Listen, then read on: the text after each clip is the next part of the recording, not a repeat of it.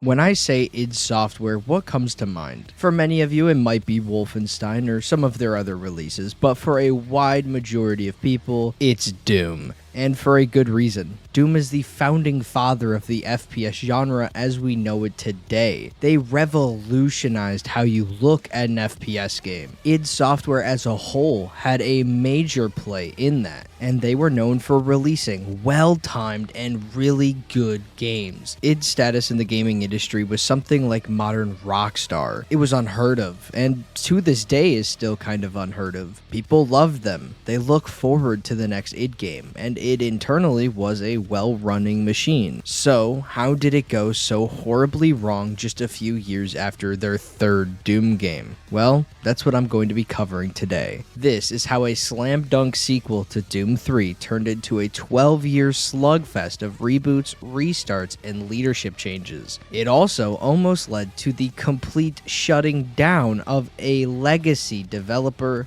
like id Software. This is the Misadventures of Doom 2016. In order for you to fully understand the story of Doom 2016, we need to bring you back, all the way back to Doom 3. More specifically, 2000 to 2004. It was coming off of multiple successful releases and was now preparing to cook up a third mainline entry in the series.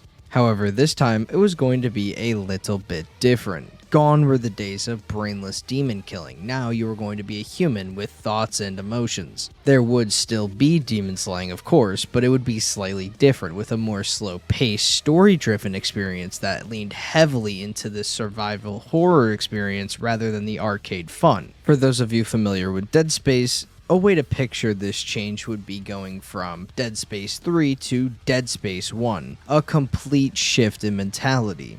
This shift in mentality, you may be assuming, was a complete colossal failure. But for the first time in the history of the world, it was actually a financial success for id Software. And many loved the change, actually praising it. Although it was still a good game, it wasn't necessarily a Doom game, and that was really the only complaint that many people had. With the success of Doom 3 heading into 2004, id Software decided that they were going to shift to a brand new IP based off Doom. To be fair, the logic was actually pretty solid for why they were making a new IP. The only critique of the new formula was that it didn't feel like a Doom game, so if they spun it off and no longer called it Doom, just based it off Doom, well, they could do pretty much anything they wanted. They were now creatively free from the Doom IP's restraints. Not a bad idea. This game would be later known as Rage. It didn't want to completely abandon Doom as an IP because, well, obviously not. It's one of the most successful and well-known IPs in the world at this point. So the initial idea from id, seeing how they only had 19 employees at the time, was to hand Doom 4 off to an independent studio.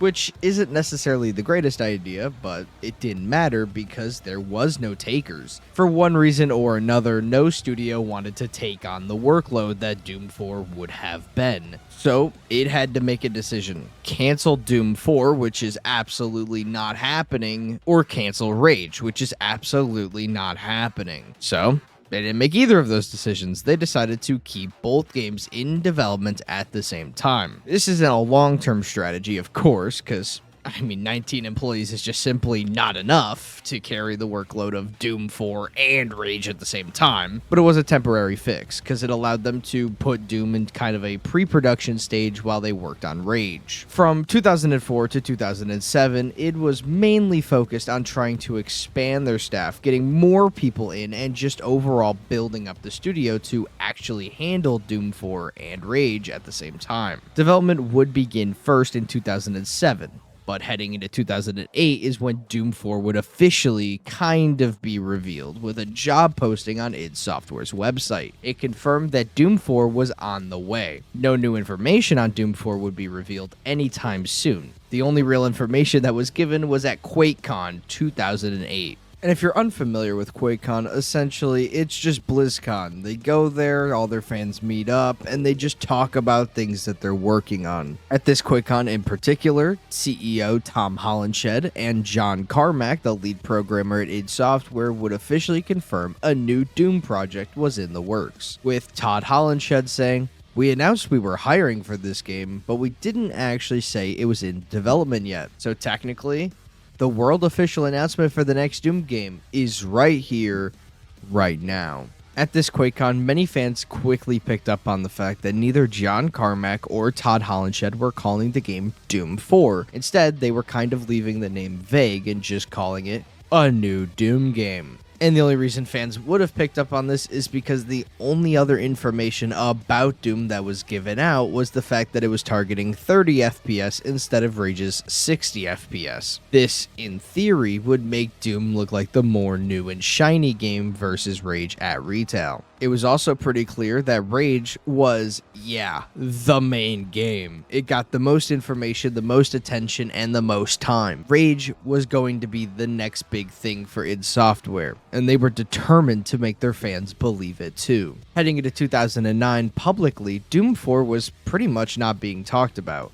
Rage was again the only thing id was really giving information on at this point. And you're probably thinking, well, they're definitely giving Doom attention.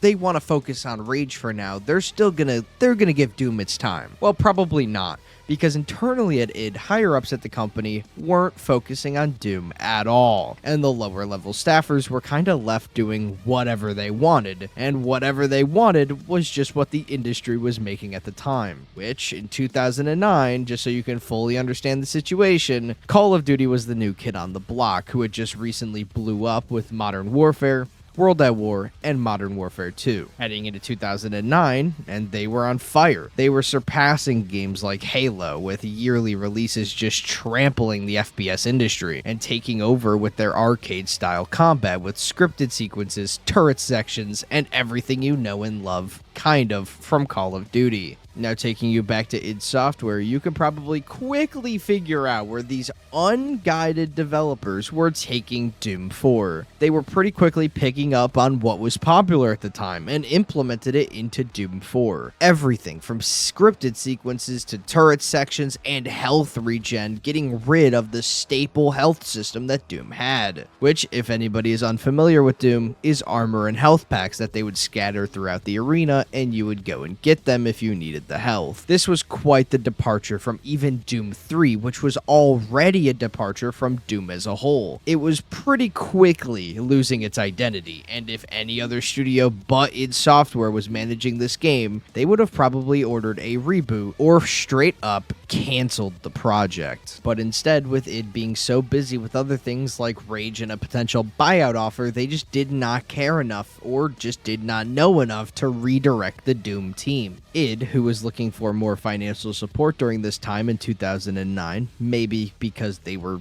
running two games at the same exact time and had no idea what they were doing, sold their studio to a fan favorite, ZeniMax. I assure you that was not a lie, who may have been the saving grace for Doom. They are a more hands-on parent company. Maybe, just maybe, they would redirect it, and oh wait, never mind. ZeniMax decided they are going to be taking a hands-off approach to id Software's development, which, just kinda was not needed. It led to more problems all through 2009 and 2010. No redirection or change was being made. One source talked to Kotaku, who was actually a major help on this entire video, so please, no Kotaku hate for this video alone. He talked to Kotaku about his time working on the game, and basically all he had to say was that this version of Doom was kind of underwhelming. It was more of Call of Duty than it was Doom. You just played as an average guy who joined the Resistance, a ragtag group of fighters who helped fight against the legions of demons that were invading Earth. And it shouldn't surprise you, with this information, that nothing really changed from 2009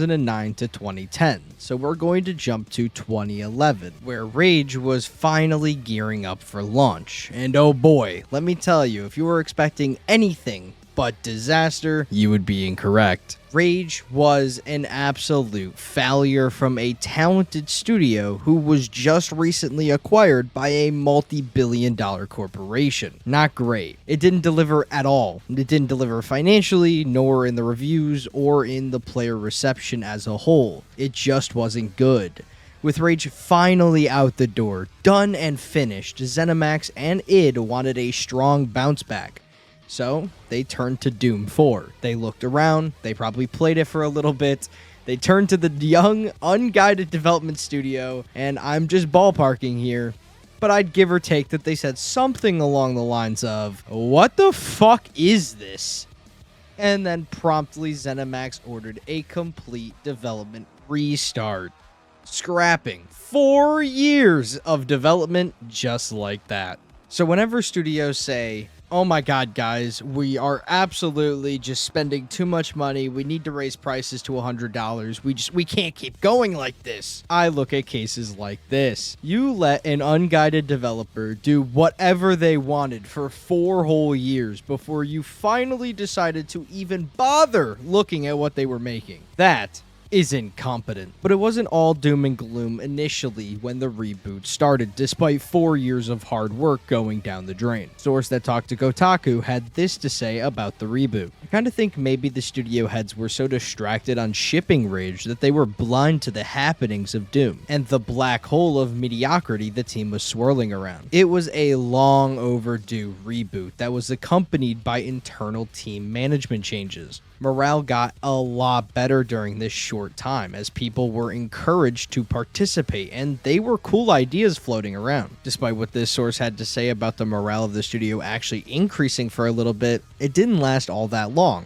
Like, at all. Fairly quickly, the studio immediately hit some bumps as heading into 2012, ZeniMax had taken complete control over id Software at this point, becoming so hands-on due to the disappointment of Rage and the struggles with Doom. This hands-on approach led to all other projects, including Rage 2, being completely canned. This was in favor of refocusing the entire studio on Doom, leading to Rage 2 staff and Doom staff being combined. This led to disagreements between the two teams, with one team wanting them to go one way and the other team wanting Doom to go another. It was a power struggle, simple as that, which is what led to the morale once again decreasing.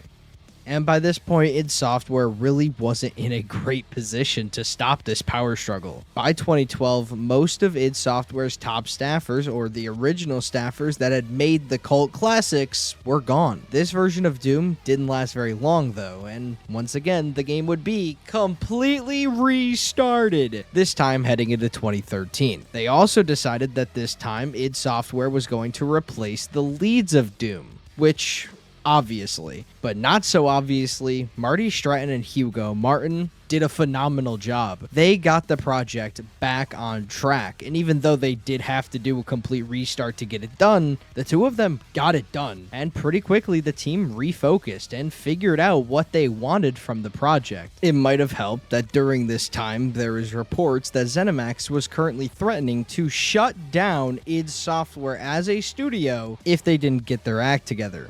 This isn't 100% confirmed, so take it with a grain of salt, as I don't personally think they would have done it. This commitment and refocusing finally paid off, and the public would get to see the first look at Doom 4. There would be a trailer released at E3 2014, and another being shown off at QuakeCon 2014. Unfortunately, the trailer you're going to be seeing in the background pretty much this entire time is not the one from QuakeCon. It's going to be the one from Doom, or just more random Doom footage, because the one from QuakeCon has never, ever been revealed to the public, ever. Why, you may be asking? Well, because fuck us, we're not allowed to see cool things, I guess. So anyway, the one at E3 actually looked pretty cool. The graphics were solid, and if they could replicate it, it would be a really good looking game. It would be releasing for the next gen systems, and there wasn't much hate. But then again, the trailer at E3 really didn't show off all that much. Internally at id during this time, the old Doom 3 and especially Call of Doom mentalities were completely thrown out the window. The new focus was to bring back good old Doom. How were they going to do that?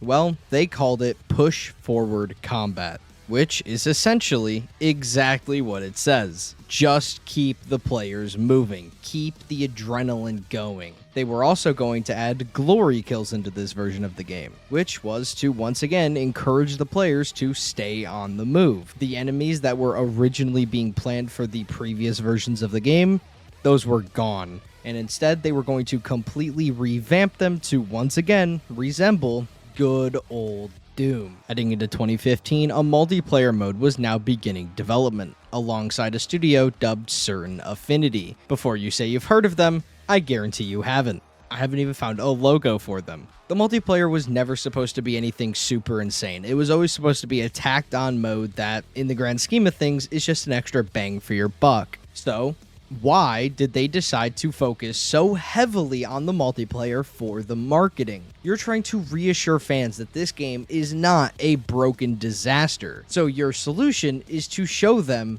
the multiplayer beta as the core gameplay focus of your marketing campaign. And the beta did not go well. It got a ton of criticism for being a boring mess. And that's because it was. It was not supposed to be the core gameplay. It was just supposed to be something you played every once in a while. So, once again, you reassured fans that this game is just not worth their time. Maybe the team behind the scenes just wasn't confident in what they were building, which is very possible because this was a shot in the dark. Modernizing older games is a really hard thing to do, and their uncertainty about the direction that they took the game definitely shows, because they decided not to give out early review copies to reviewers, which is a pretty common strategy to kind of not have any bad press around your game before it releases. This, of course, never fucking works because not giving out review copies is bad press, but I digress. It had no reason to be concerned, as they would end up finding out heading into 2016 at the game's launch. The game was good.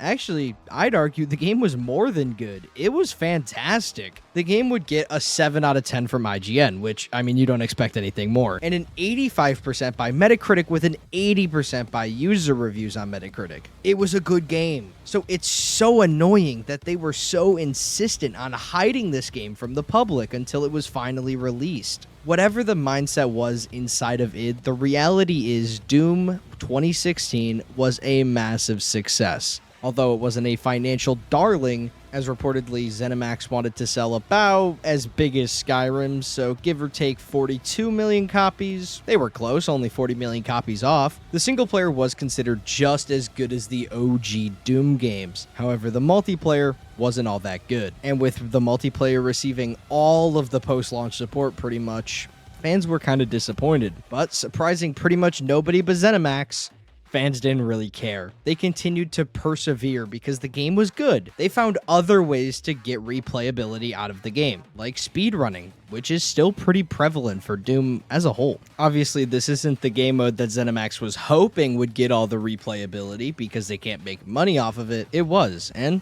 well, people having fun is about all that matters. And that's how you know that you've nailed it. That's how you know you have a good game. If people are willing to continuously keep playing your single player mode over and over again with no DLC, you must have done something right. Despite the rough history of Doom 2016, Doom was a success, which is a rarity.